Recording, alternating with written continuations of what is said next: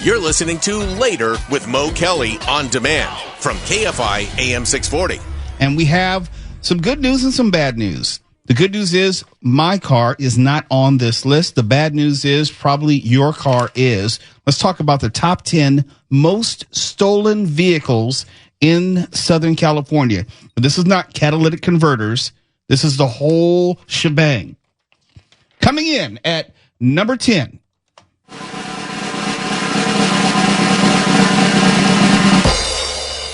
Kia Sportage. The Kia Sportage remains a target in coastal and urban areas. Theft incidents in 2024 keep it among SoCal's most vulnerable SUVs. And that probably has to do with the whole USB thing. Coming in at number 9.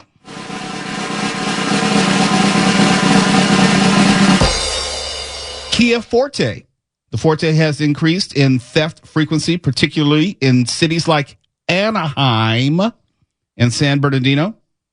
Availability and lack of immobilizers continue to be factors. Coming in number 8 of the 10 most stolen cars in Southern California.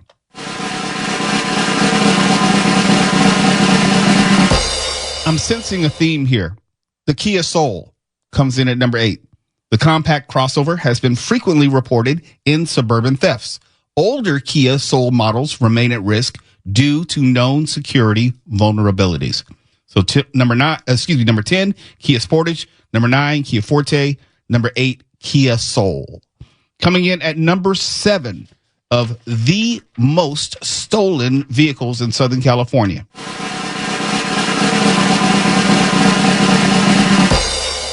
Ford F-150 series trucks, one of America's best-selling trucks, the Ford F-150, remains a common target, particularly in Ventura and Riverside counties, due to its popularity and part-out potential. So they want to strip it and sell it for parts. Coming in at number 6.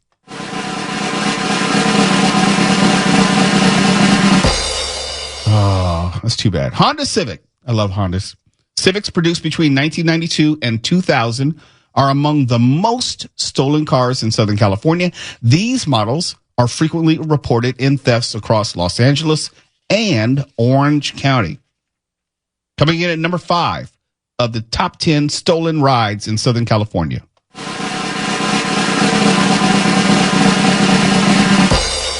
Honda Accord.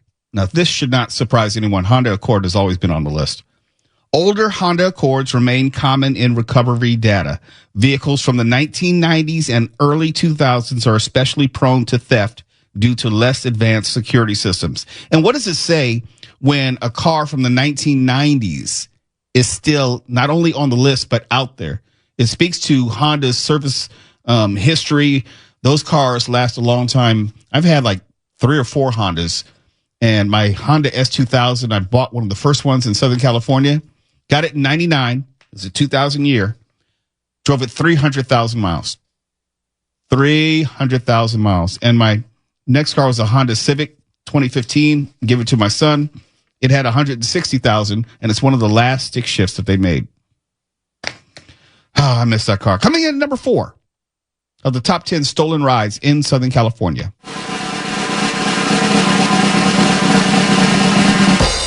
Chevy Silverado 1500 is a full-size pickup with high resale value. The Silverado continues to be a target for theft, especially in the Inland Empire and San Diego County. Coming in at number 3 of the top 10 stolen rides in Southern California.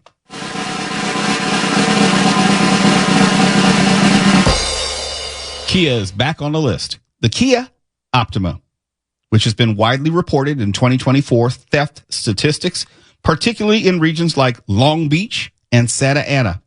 The absence of immobilizers in earlier models has contributed to the ongoing theft activity. Number 2, top 10 stolen rides in Southern California.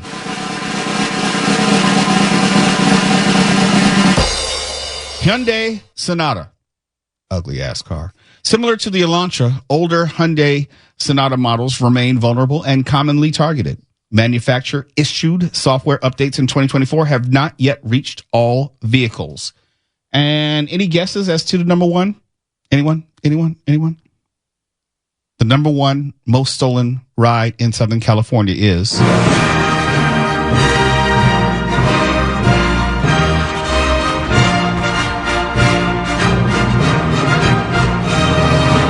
Hyundai Elantra. Yeah. I don't know who would want one. I don't know what the resale value is on them. They're not the most elegant looking cars. They're rather ugly, borderline fugly, but someone loves them.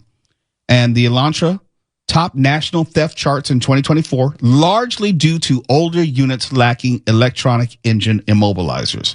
The Elantra continues to be frequently stolen in areas all across Southern California.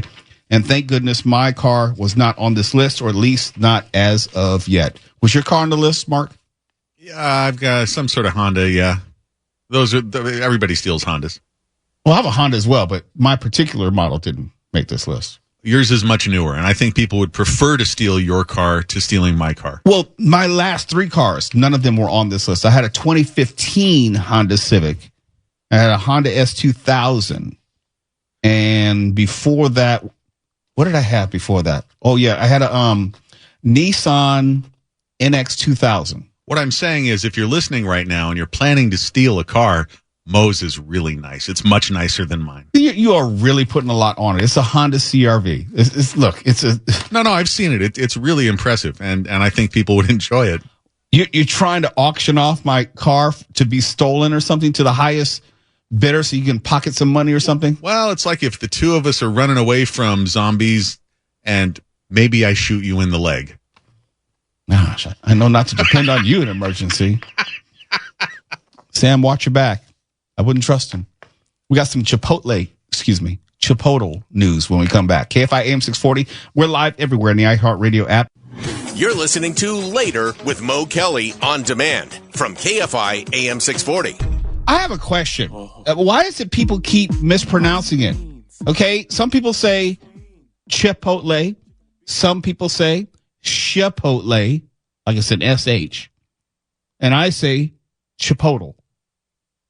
Now, Tawala tried to correct me, saying that there was an accent over the E at the end of Chipotle on its logo. I looked it up. It wasn't there. There's so many misunderstandings going around about Chipotle. There was even, I don't know if you saw this on social media, but there were a number of people in threads and posts saying that Chipotle was going out of business. So much so that news even covered it and got to the bottom of it. Chipotle wants you to know they are not going bust, thank you very much. This is the latest example of rumors that can circulate on social media that obviously can cause a lot of harm, not just to individuals, but also to businesses. In this case, rumors of a looming collapse of Chipotle, a bankruptcy filing and closure of their stores, started spreading last week after a Spanish media outlet reported on the closure of Farmesa Fresh Eatery, which is a spin-off venture that Chipotle had invested in. But some people misunderstood that story about Farmesa and instead started posting on Twitter, aka X, that Chipotle is going bankrupt and closing down all of its stores. It gotten so bad that a Chipotle spokesperson had to issue a statement saying, no, this is all wrong. In fact, the article, in fact, was inaccurate across the board. In fact, for what it is worth, Chipotle says they're not going bankrupt. They are expanding this year with as many as 345 new restaurants expected to open. It's Chipotle. I don't know why they keep saying Chipotle. Remember that old cigarette, Garcia Vega? I'm being serious. It was Garcia y Vega, but they called it Garcia Vega. You know that city that we call Los Angeles, but it's actually Los Angeles? Well, I'm just taking this one step further. It's not Chipotle. It's Chipotle.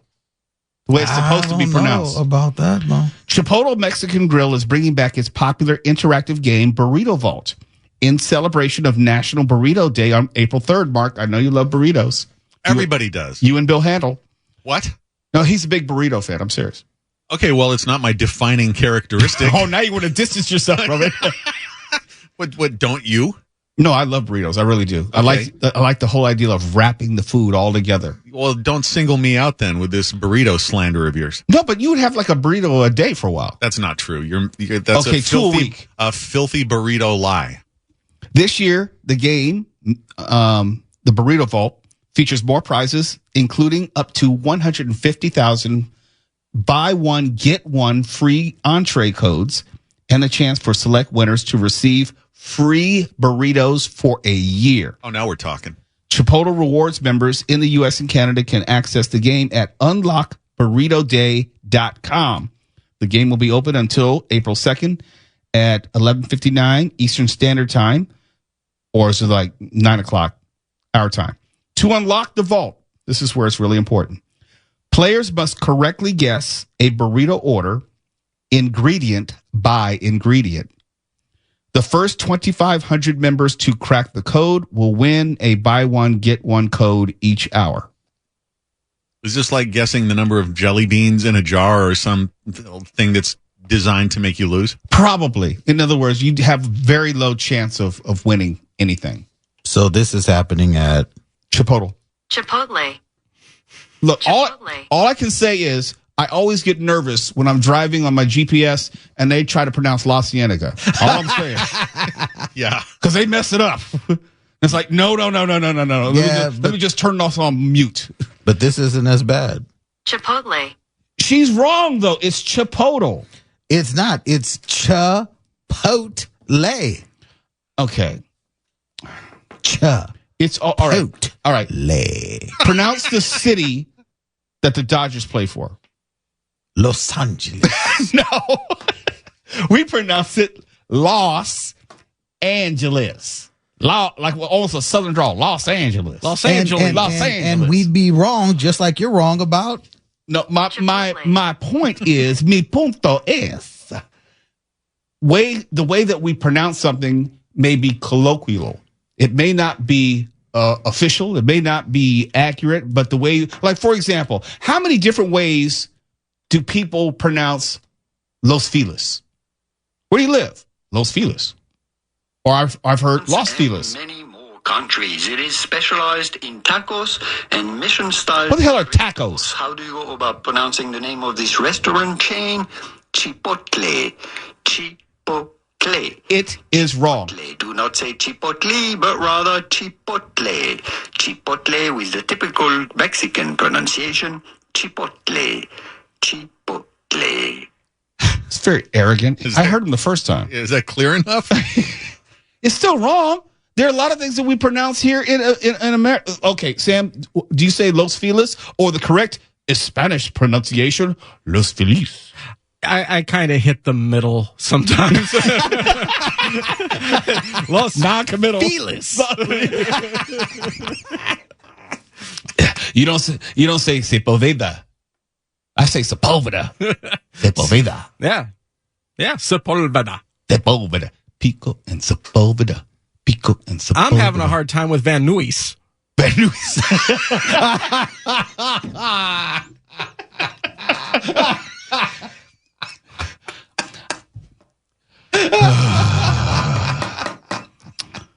Okay, Mark. Since you're not from here? At my place, we just pronounce it chip. It's kind of a shortcut. It really gets across the message. Yeah, and for some reason, we all understood you. Yeah. It's the universal language. Twala, I found your juvenile humor very, very entertaining. I love it. Dying Time is here when we come back. You're listening to Later with Mo Kelly on demand from KFI AM 640. Ladies and gentlemen, boys and girls, dying times here.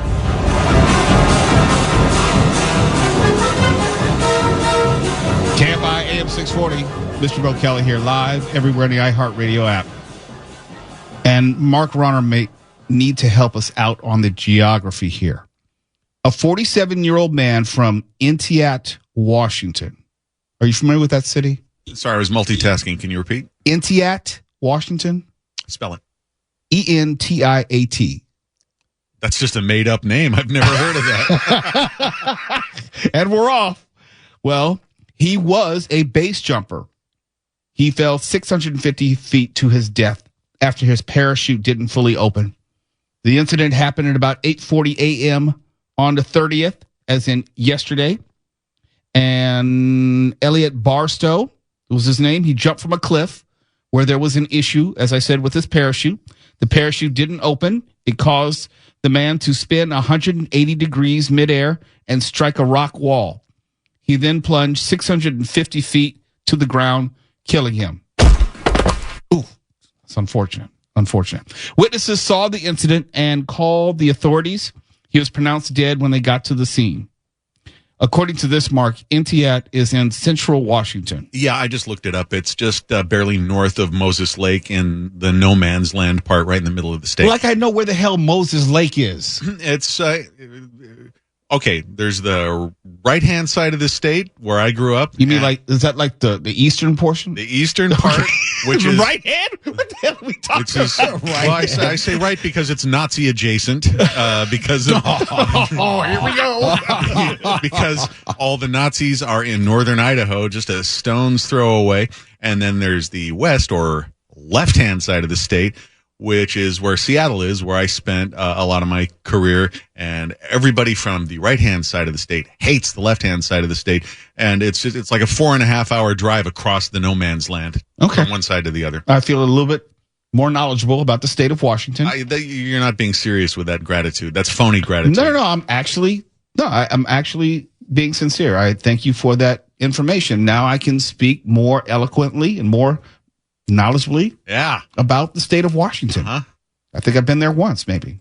Have you tried base jumping? No, because I don't do thrill seeker stupid stuff. I don't jump out of airplanes and go skydiving. I don't even do roller coasters anymore.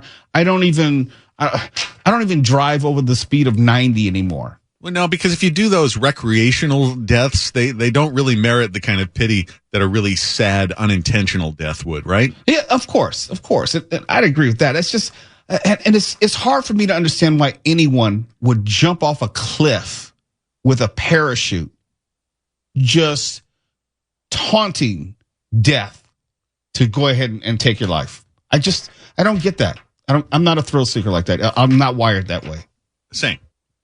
You know what I trip off of? The people who say things like, he died doing what he loves. That's what I'm reading. Something called, he died doing what he loves. I'm like, no. I don't want to die doing something I love. I love like radio. That. I don't want to just die on air. And you can quote me on that. Right? Okay. That's what I'm saying. Like, no one wants that for real. People just say that, and it doesn't really mean anything. I think you've died many times on the air. Oh, my God, Mark. Dude, that was seriously, I have had nightmares of this. I don't want my family have to deal with hearing the audio of me in the middle of a segment trying to tell a joke. Everyone's laughing, and all of a sudden there's silence, and they hear me fall out of my chair. They say, Mo, hey, Mo. Oh, yeah. Mark, 911. He's not breathing. Coming right up. Let me hurry to do that. What? I got a news break to do. Let me finish the news break. Then we can call someone. That's right up near the top of my list. I'm sorry. I just don't have any sympathy for people who are base jumpers. I just don't. If you're going to jump off a cliff, you're going to jump off a building, you're going to jump off a bridge, bungee jumper, same thing, and something quote unquote bad happens because you were tempting fate. Oh, well. I mean, I read a story like maybe 2 weeks ago about someone who was bungee jumping and the cord snapped. Oh, well. Ish happens. I jumped off a plane when I was about to do it. I had accepted my fate. If something was going to happen, I was okay with it at that point. I get the feeling the people who are engaging in those thrill-seeking adventures kind of accept that risk.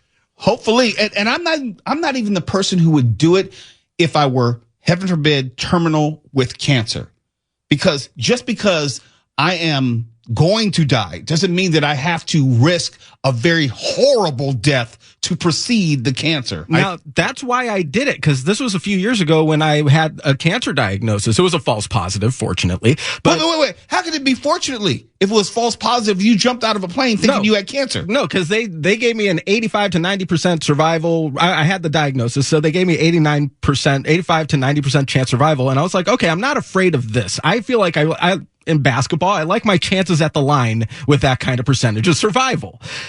With jumping off of a plane, the survival rate is much higher. So why wasn't I afraid of cancer, which was an imminent threat, and versus being totally scared to death of heights?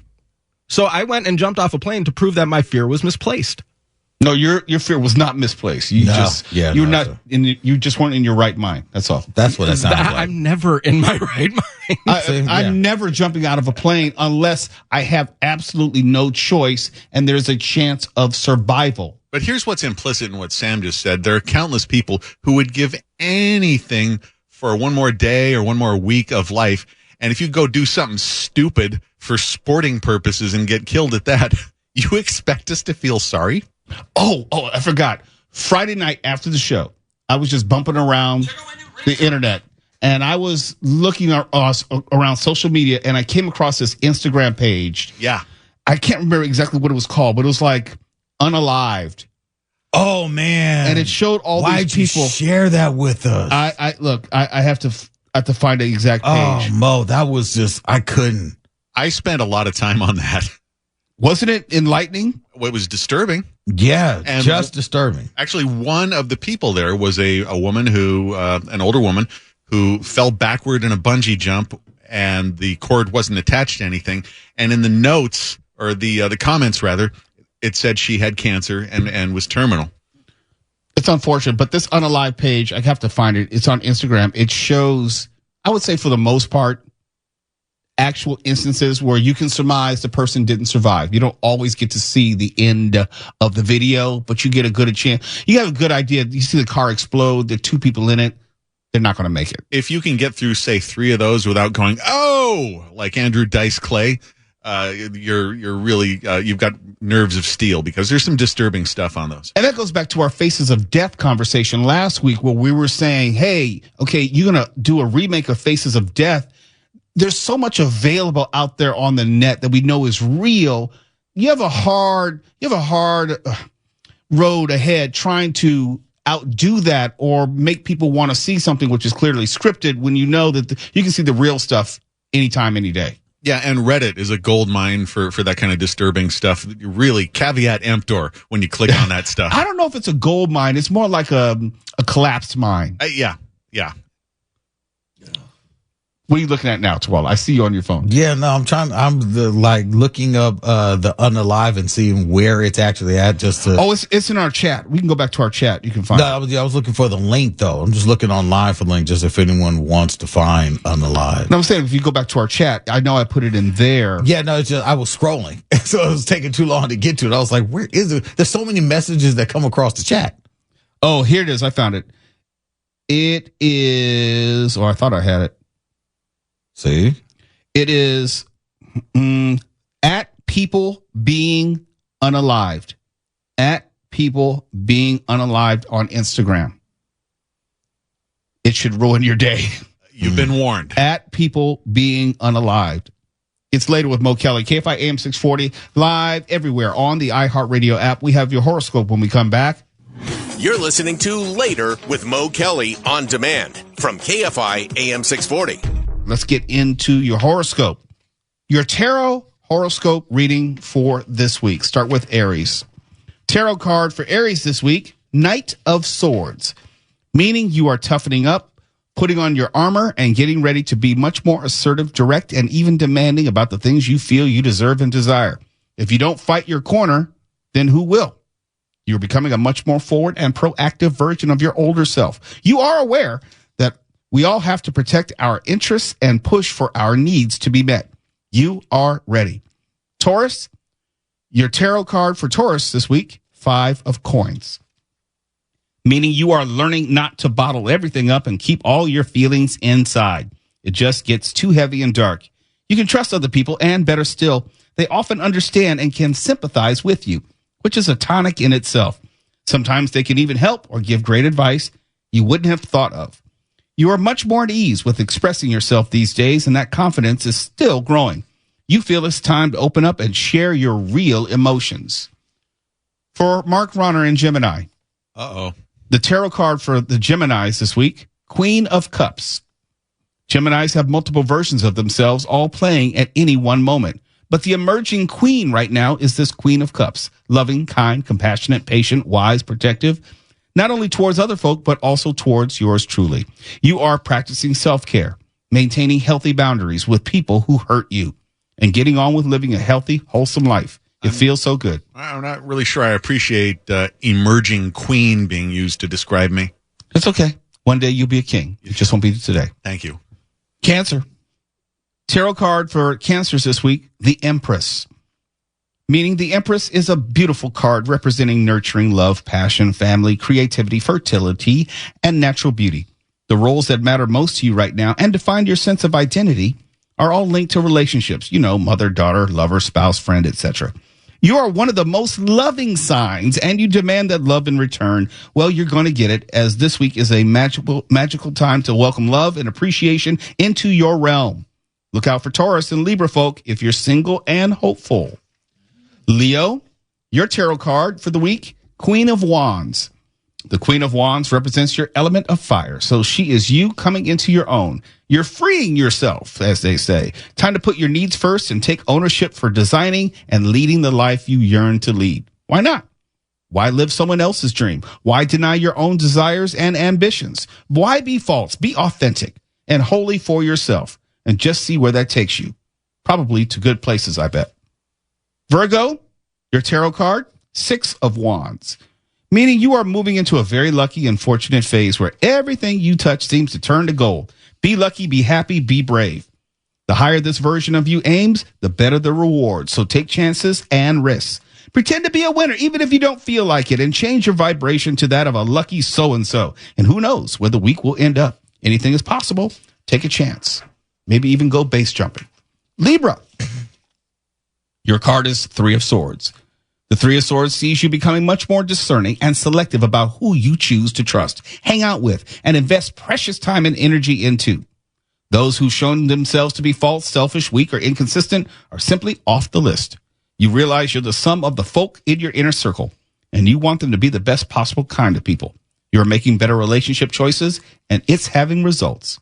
Scorpio, Tawala Sharp. All right. Your tarot card for the week is Two of Wands, meaning you are becoming a heat-seeking, streamlining, and focused organizing machine. You realize you only have so much time and resource to hand, and you therefore have to play your hand as well as possible, serving your own interests, not other people's.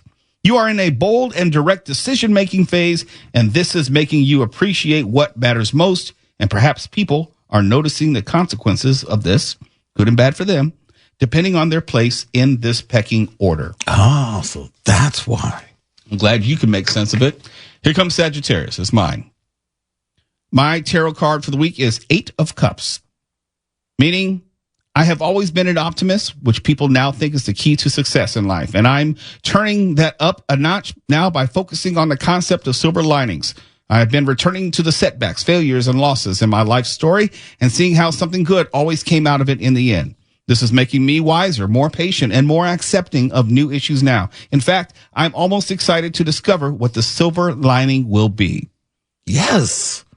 Okay, I'm glad you can figure that out. Claim it, man. All right, I'll claim it. I just don't know what I'm claiming. Capricorn, the tarot card for Capricorns, Four of Cups, meaning ambition runs through the veins of all Capricorns, so sometimes it feels like you're never really satisfied. You're restlessly searching for the next big thing. Recently, though, this has softened you. So you started to appreciate all that you've already done, overcome, and achieved, and you feel true gratitude for what you have now. Ironically, it's likely going to be this grateful vibration that will bring you the most rewards in life to come. So keep on being thankful. It suits and serves you. Age of Aquarius, tarot card for Aquarians this week, the Emperor. Meaning the Emperor reveals that you are taking real responsibility for forcing through the demands and needs that are most important to you.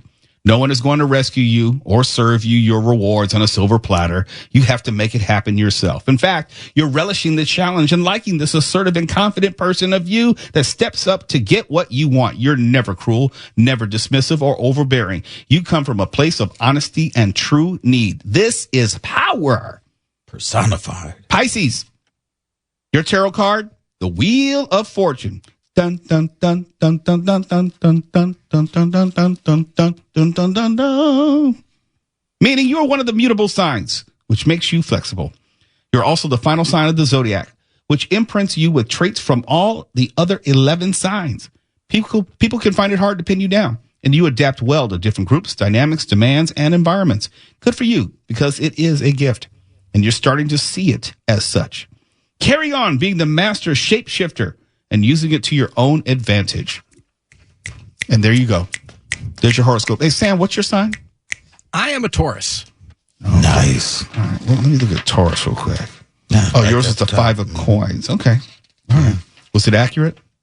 I was actually editing something at the moment you said it, so I have no idea what you said. Don't know. I'll just lean into it. Yes. Well, since you're listening, tarot card for Taurus, 5 of coins, meaning you are learning not to bottle everything up and keep all your feelings inside. It just gets too heavy and dark. You can trust other people, and better still, they often understand and can sympathize with you, which is a tonic in itself. Sometimes they can even help or give great advice you wouldn't have thought of. Yada, yada, yada, blah, blah, blah. You know, I can go with that. Okay. All right. There we go. See, I knew this was going to hit everyone right where it counts. But the cards don't lie. Almost all of them sounded like it was just good general advice. It's so general, I can't discern who from what or when or how. What am I supposed to do, not supposed to do? No, the tarots don't lie. This is more in tune than just regular astrology.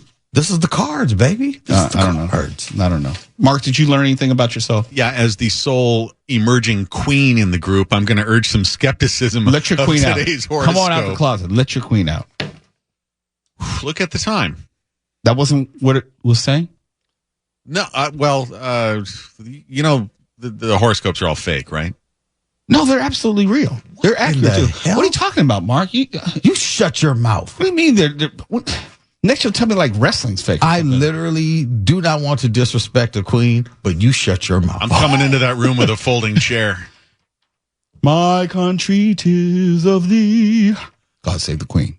Hate speech. It's later with Mo Kelly. KFI AM 640. We are live everywhere on the iHeartRadio app.